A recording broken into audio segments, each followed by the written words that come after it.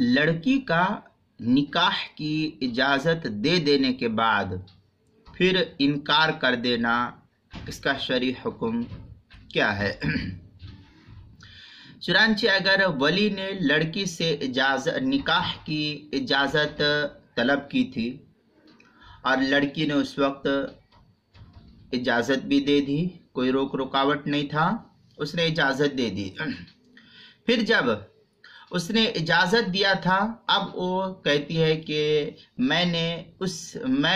वो कहती है फिर कि मैंने जो इजाज़त दी थी उस इजाज़त से मैंने रुजू कर लिया और रिश्ते से इनकार करती हूँ। अब मैं वो रिश्ते से इनकार करती है, इनकार कर दिया उसे। तो अगर वली को निकाह कराने से पहले ही उसके इनकार का इल्म हो जाए तो अब निकाह मुनक़िद नहीं होगा। वली को निकाह कराने से पहले इस इनकार का इल्म हो जाए तो अब निकाह मुनक़िद ना होगा।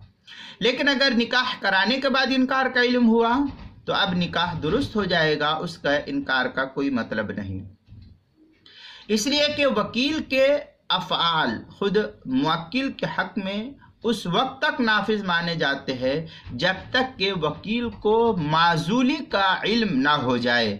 जैसा कि ये मशहूर कायदा किताबुल काज़ी और किताबुल वकाला वगैरह के अंदर बड़ी तफसील से आता है कि वकील जो है किसी को अगर माज़ूल कर मुवक्किल अगर माज़ूल कर दे तो उसका क्या हुक्म है, वो बड़ी तफसील है, वो यहाँ कहने की ज़रूरत नहीं। चुनांचे इसको अगर देखना है तो किताबुल काज़ी और किताबुल वकाला वगैरह के अंदर देख लिए, वो मसले से मुझे यहाँ पर बहस नहीं है।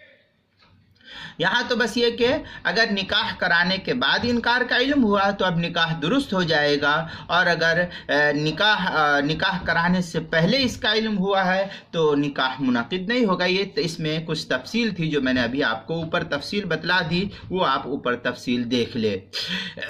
यानी अगर वली को निकाह कराने से पहले ही लड़की के इनकार का इल्म हो जाए तो निकाह मुनक़िद ना होगा।